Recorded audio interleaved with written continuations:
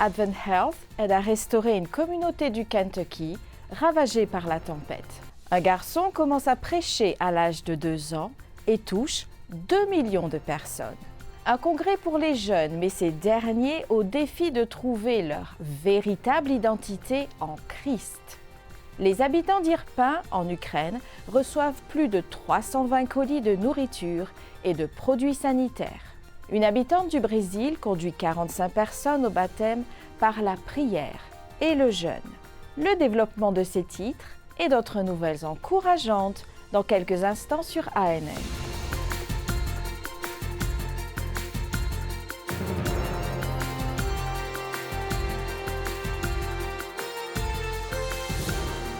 S'il y a un besoin, nous sommes là pour aider. David Watson, directeur d'Advent Health Manchester, s'est exprimé ainsi, se faisant également la voix de tous les membres de l'équipe d'Advent Health.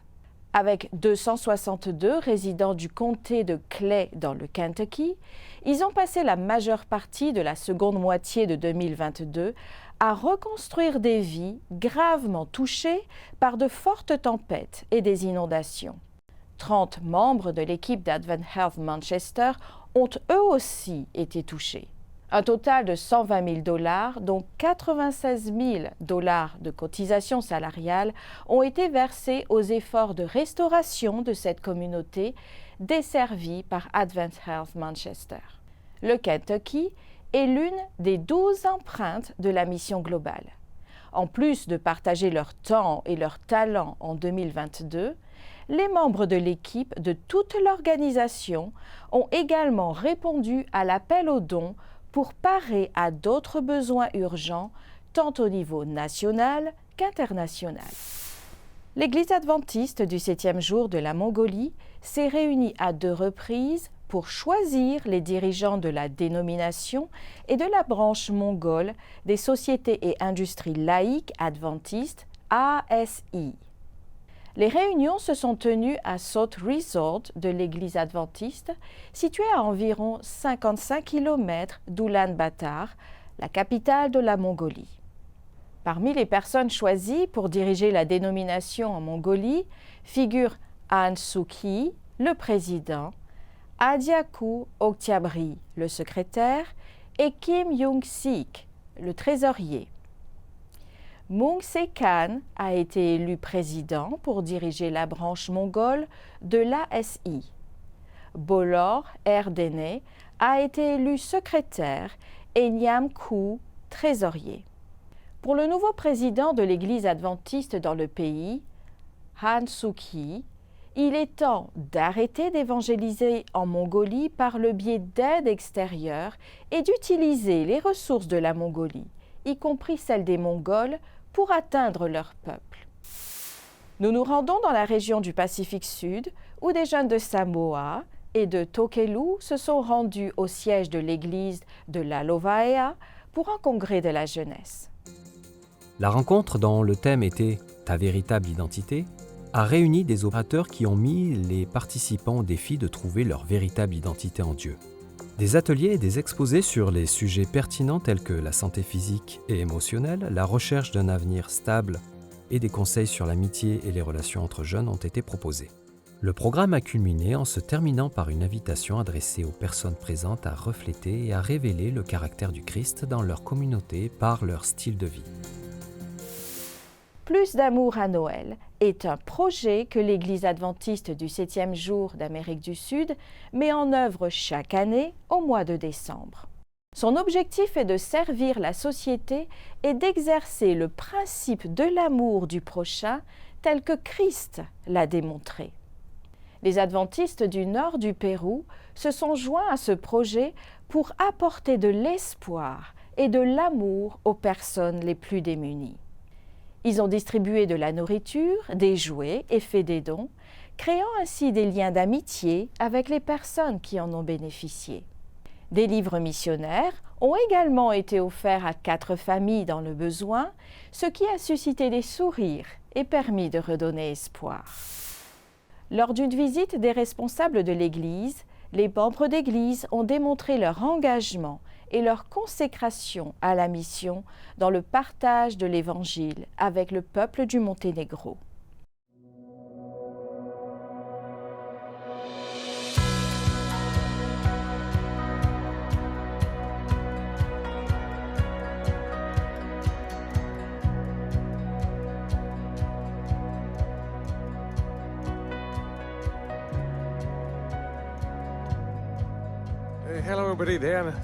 Bonjour à tous, c'est Stošković. Merci beaucoup de vous joindre à nous, une fois encore, pour un autre vlog, cette fois depuis la magnifique côte du Monténégro. Enfin, à l'instant, nous ne sommes pas sur la côte, mais dans la capitale du Monténégro, Podgorica. Pour ceux qui ne le savent pas, le Monténégro compte environ 600 000 citoyens. Nous avons un beau bâtiment ici et certainement une belle communauté à Podgorica, la capitale du Monténégro. C'est donc là que nous allons nous rendre aujourd'hui. Le plus beau dans tout ça, c'est que c'est le seul club des explorateurs. Il s'agit d'une communauté active et elle peut peut-être s'agrandir. Je veux vraiment partager l'histoire de ce club d'explorateurs et de cette belle église.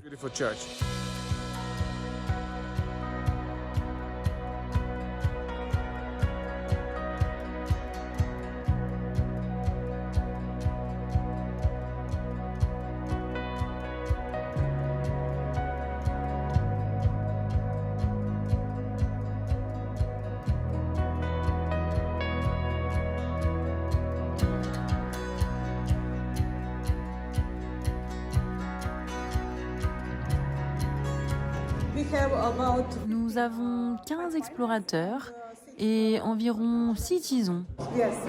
Quand le club a-t-il été créé? Le club a commencé il y a 6 ou 7 ans, mais pendant le Covid, on était confinés. Alors on a arrêté les activités.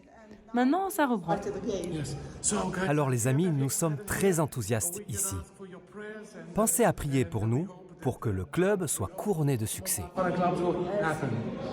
J'espère que nous aurons bientôt d'autres clubs d'explorateurs dans notre ville.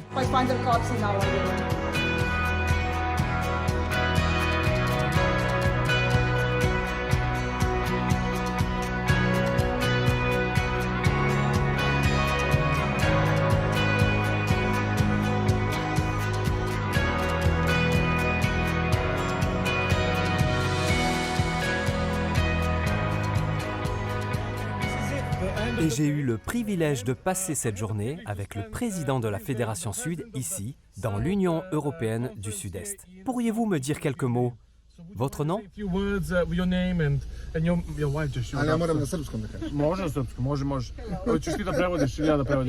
Je vais traduire, aucun souci. Sa Dejanom je uvek zanimljivo, imali smo jako blagosloven dan. Il a dit que c'était magnifique de passer cette journée avec moi et avec un groupe de jeunes gens étonnants.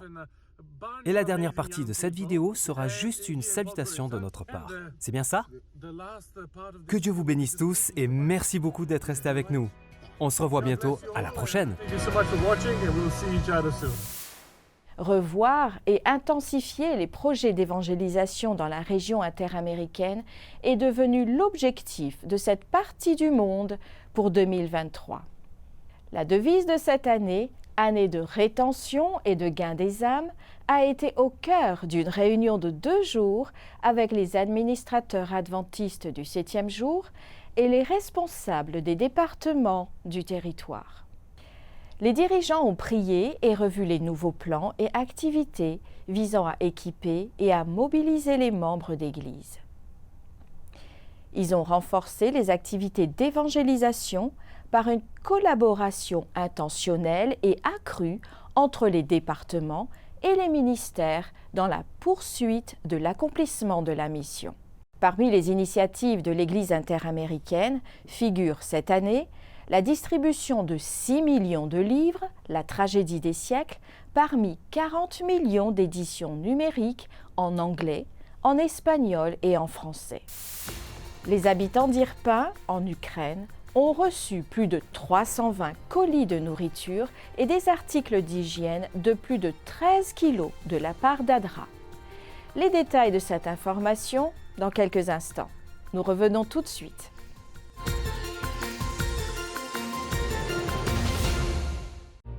Be cheerful no matter what. Pray all the time. Thank God no matter what happens. This is the way God wants you who belong to Christ Jesus to live. I will give to the Lord the thanks due to his righteousness, and I will sing praise to the name of the Lord, the Most High.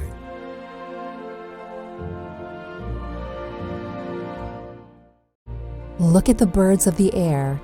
They do not sow or reap or store away in barns, and yet your heavenly Father feeds them. Are you not much more valuable than they? Every good and perfect gift is from above, coming down from the Father of the heavenly lights, who does not change like shifting shadows.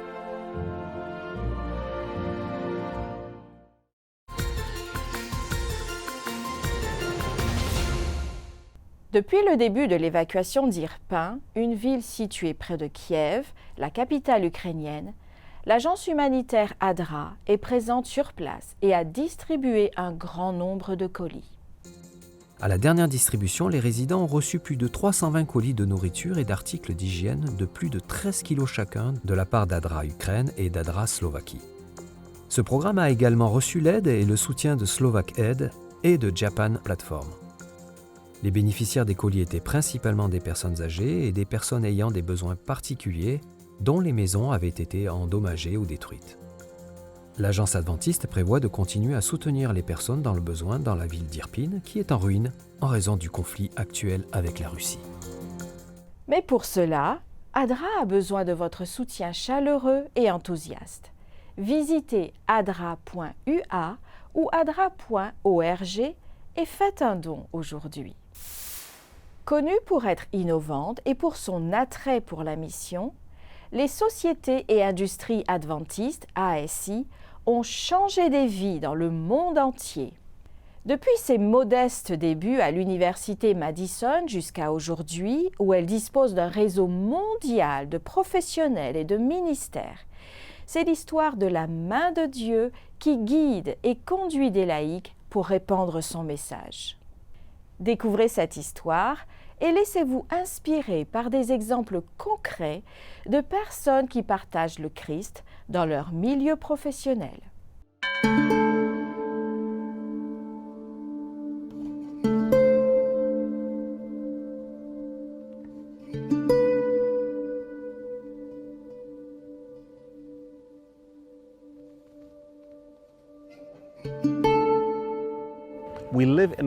Nous vivons dans un village mondial, un creuset de cultures diverses et ethniques, convergeant tous en un seul et même ensemble unifié. De Tokyo à Toronto, de San Francisco à Sydney, dans toutes les grandes villes du monde s'entrelace une diversité de nourriture, de langues et d'héritages culturels extraordinaires. Mais même si nous embrassons ce nouveau sens de la communauté mondiale et du lien, il est important de se rappeler qu'au milieu de cette diversité, il y a un seul fil conducteur qui nous lie plus étroitement que la géographie et la proximité.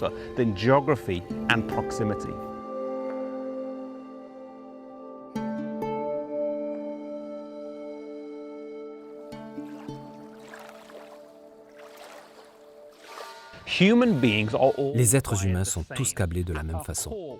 Au fond, nous nous débattons tous avec les mêmes questions clés. Nous cherchons des réponses aux plus grandes questions de la vie. D'où est-ce que je viens? Pourquoi suis-je ici? Qu'est-ce qui est bien ou mal? Où est-ce que je vais? Culture, langue, ethnicité, circonstances personnelles, tout influence nos réponses à ces questions difficiles. Mais les questions elles-mêmes restent au cœur de notre existence collective. Elles sont universelles.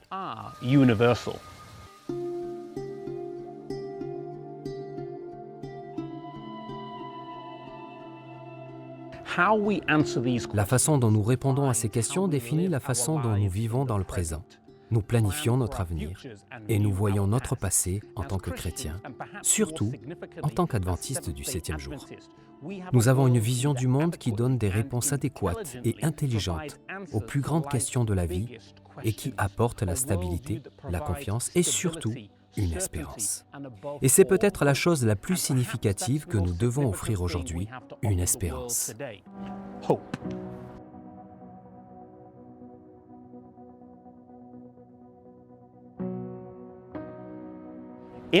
Dans son livre Conquérant Pacifique, Ellen White déclare « Dans le monde entier, des hommes et des femmes tournent vers le ciel, les regards angoissés. Avec prière et avec larmes, ils réclament la lumière, la grâce de l'Esprit.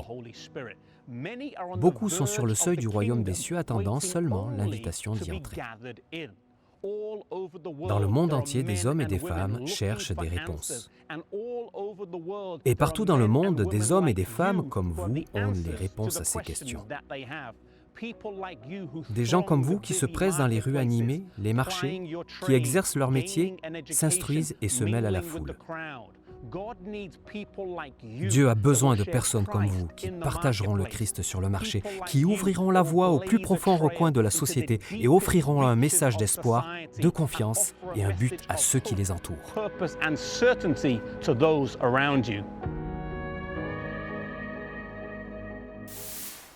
C'est au cours d'une formation à l'évangélisation organisée par le ministère des Femmes que Tamires Flores a entendu Dieu l'inviter à devenir prédicatrice. Originaire d'une communauté indigène de Sorocena, dans l'État brésilien de Roraima, qui partage une frontière avec le Venezuela, Tamires n'avait jamais prêché auparavant. Son inexpérience l'a amenée à beaucoup prier et jeûner alors qu'elle cherchait à être dirigée par le Seigneur. Dieu lui a demandé de faire des formations missionnaires doubles et une campagne d'évangélisation de 14 nuits. Au début, 2 personnes ont été baptisées et plus tard, 45 ont donné leur vie à Jésus et ont rejoint l'Église adventiste du 7e jour. Tamires, qui prêche en portugais, en torepang, sa langue maternelle, et en espagnol, comprend qu'elle ne peut préparer les gens au royaume des cieux qu'en étant fidèle, qu'en continuant à prier et en aimant son prochain. Est-ce qu'un assassin peut trouver la paix et le pardon? C'est ce que nous allons découvrir maintenant. Faites connaissance avec un tueur impitoyable. J'en ai tué tellement. Comment Dieu pourrait-il me pardonner? Grâce à la radio de sa famille, Dieu a fait vibrer une corde sensible. Maintenant, armé de l'Évangile, d'un projecteur et d'une radio, il est retourné dans ces mêmes villages. C'est un vrai Saul des temps modernes qui est devenu Paul. Le bourreau s'est transformé en évangéliste de Dieu qui sauve des vies. Au Rwanda, un garçon commence à prêcher à l'âge de 2 ans. Aux États-Unis, une éducatrice fait 70 voyages missionnaires pour hâter le retour de Jésus. Plus de détails après une courte pause.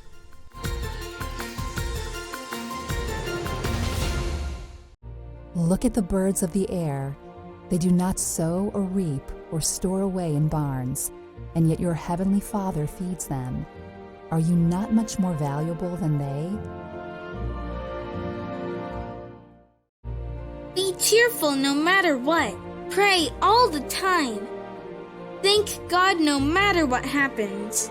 This is the way God wants you who belong to Christ Jesus to live. For everything God created is good, and nothing is to be rejected if it is received with thanksgiving, because it is consecrated by the Word of God and prayer. I will give to the Lord the thanks due to His righteousness, and I will sing praise to the name of the Lord the Most High.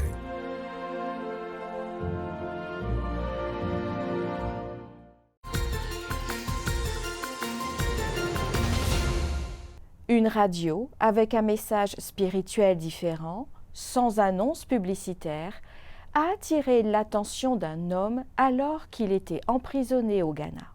Voici une partie de l'histoire de Nkrumah qui, après sa libération, a été attiré vers le Christ par la même radio et une voix familière. Pendant la pandémie de Covid, nous avons baptisé 60 530 personnes, dont Nkrumah. Chaque nuit, il marchait 5 km pour participer à une campagne d'évangélisation au Ghana. Il arrivait tôt pour aider dans les préparatifs. Les messages l'ont touché et une voix l'a convaincu de se décider. C'était une voix familière, la même qu'il avait entendue en prison des mois avant à la radio. Nkrumah était incarcéré plusieurs années et avait cherché du secours auprès de nombreuses religions. Mais il ne s'agissait que d'aubaines spirituelles. En revanche, ceci était différent. Notre frère Io Nkrumah a passé 6 ans à la prison de Suniani et pendant son séjour, il a écouté la radio. Un jour, il est entré en contact avec une station de radio particulière et le pasteur Leboa de l'église adventiste du 7e jour était le présentateur d'un programme chrétien. Les mots du pasteur ont réconforté Nkrumah. Ce n'était pas une illusion. Libéré, Nkrumah a cherché l'église du pasteur qu'il avait entendu à la radio. Il voulait le rencontrer, mais ne connaissait pas les adventistes.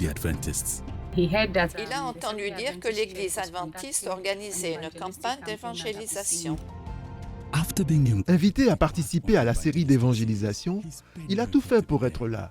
Mais il ne voulait pas y aller seul. Il a invité les voisins et les gens dans les rues pour entendre la parole qui avait transformé sa vie. À sa grande surprise, Nkrumah entendait maintenant en direct la même voix que dans l'émission de radio qui lançait un appel. Il était certain d'y répondre, tout comme 20 personnes qu'il avait lui-même invitées. Quand il y a une implication totale dans la mission, il y a un abandon total au service, au discipulat et à la croissance. Il y aura toujours une place pour toi à Gamuchil. Cette phrase, prononcée par une jeune fille de cette même ville, située à Sinaloa, dans le nord du Mexique, a changé à jamais la vie de Mary Johnson. C'était le premier voyage missionnaire international de Mary au Mexique, le premier d'une longue série de merveilleuses expériences. Selon le site internet de l'Université de Pacific Union à Angwin, en Californie, où Mary a étudié l'espagnol et l'éducation, elle a participé à près de 70 voyages missionnaires locaux et internationaux. Près de la moitié des voyages et des projets de Mary Johnson se sont déroulés avec les volontaires de Maranatha et elle a l'impression que les membres de ce groupe, venus du monde entier, sont sa famille. Pour elle, tous ces voyages n'ont qu'un seul but, répandre l'Évangile dans le monde entier pour hâter le retour de Jésus. Le petit évangéliste, c'est le surnom donné à Juge, un garçon du Rwanda, par un journaliste qui l'a vu prêcher et a décidé d'écrire à son sujet. Plus de 2 millions de personnes ont entendu parler de l'amour de Dieu par l'intermédiaire de Juge, qui a commencé son ministère très jeune. Avez-vous déjà prêché un sermon ? Juge est un garçon en Rwanda. Il a prêché son premier sermon quand il avait 2 ans. Quand Juge était jeune, il avait reçu sa toute première Bible. Il ne savait pas lire, mais il aimait regarder les images. Il écoutait sa mère lire des histoires d'enfants courageux dans la Bible. Il a appris l'histoire du jeune Samuel qui avait entendu la voix de Dieu la nuit. Il a appris l'histoire du jeune David qui a vaincu le géant Goliath. Il a appris l'histoire du jeune roi Josia qui aimait Dieu et a triomphé de sa méchante grand-mère. Il a appris l'histoire des enfants que leur mère a menés à Jésus pour qu'il leur impose les mains en les bénissant. Juge pensait beaucoup à Jésus. Quand il dormait la nuit, il rêvait souvent que Jésus lui imposait les mains. Juge a appris à bien connaître les histoires de la Bible. Les adultes ont remarqué que Juge était familier avec la Bible. Alors qu'il n'avait que 2 ans, ils l'ont invité à se tenir devant une église pour prêcher. Quand il s'est levé pour parler, il s'est senti effrayé et embarrassé quand il a vu tout le monde le regarder. Il a mimé bruyamment en avalant très fort pour raconter l'histoire de Jonas qui a été avalé par un gros poisson. Il était si nerveux qu'il a oublié certaines parties de l'histoire. Mais l'animatrice de l'école du sabbat était satisfaite du sermon. « Tu as fait un bon travail !» lui dit-elle. Il s'est senti encouragé à continuer. Il a étudié les histoires dans la Bible illustrée et les a mémorisées. Puis, quelqu'un lui a demandé de prêcher à nouveau. Il a passé du temps à répéter son sermon. Il remplit le salon avec toutes les chaises de la maison et leur prêcha, prétendant qu'il prêchait à l'église. Ce sabbat-là, Jugé se sentait beaucoup plus à l'aise pour prêcher un sermon. Un sabbat où Jugé a prêché, quelqu'un a fait une vidéo du sermon et l'a mise en ligne. Des journalistes ont vu le sermon et ont réalisé un reportage vidéo sur Jugé intitulé « Le petit évangéliste ». Beaucoup de gens ont regardé le reportage et bientôt Jugé a reçu des invitations pour prêcher dans différentes églises au Rwanda. Jugé aimait parler de Jésus. Il aimait rencontrer d'autres enfants et se faire de nouveaux amis. Il aimait particulièrement voir les gens lever la main en donnant leur cœur à Jésus à la fin de ses sermons. Lorsque Jugé avait 7 ans, quelqu'un l'a invité à tenir des réunions d'évangélisation pendant une semaine tout entière dans une ville lointaine. Il devait prêcher tous les soirs pendant 7 jours. Au début, Jugé était effrayé et pensait qu'il ne serait pas capable de prêcher des réunions d'évangélisation. Puis il a décidé de confier ses craintes à Dieu. « Cher Dieu, pria-t-il, donne-moi de la force et donne-moi de nombreux sermons à prêcher. » Il prêcha avec puissance et 24 personnes furent baptisées. Aujourd'hui, Jugé a 9 ans. Il a prêché dans plus de 60 églises. Plus de 2 millions de personnes ont entendu ses sermons en personne ou en ligne. Jugé est l'un des nombreux enfants du Rwanda qui racontent aux autres l'amour de Jésus. Certains enfants prêchent, d'autres chantent et d'autres encore récitent des versets bibliques. Merci pour votre offrande missionnaire de l'école du sabbat qui aide les enfants du Rwanda et de nombreux autres pays du monde à entendre parler de Jésus. Merci d'avoir regardé ANN. Rejoignez-nous la semaine prochaine pour d'autres nouvelles du siège de l'Église adventiste du 7e jour. Saviez-vous que vous pouvez regarder ANN vidéo, ANN in depth et beaucoup d'autres vidéos étonnantes sur la prophétie, la santé et l'étude de la Bible sur la chaîne YouTube de l'Église adventiste? Il suffit d'aller sur YouTube et de chercher l'Église adventiste. N'oubliez pas de cliquer sur le bouton s'abonner pour ne jamais manquer une nouvelle vidéo. Et n'oubliez pas de laisser un commentaire ou un sujet de prière.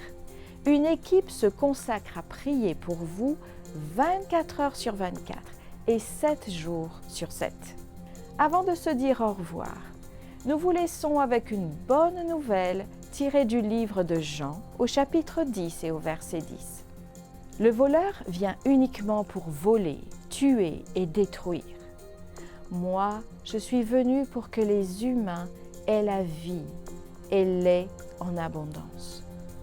C'est notre programme pour cette semaine. Et rappelez-vous, vous pouvez toujours visiter adventiste.news pour des actualités et des vidéos quotidiennes. Je vous dis à la semaine prochaine pour d'autres histoires de foi, d'amour et d'espoir. Que Dieu vous bénisse.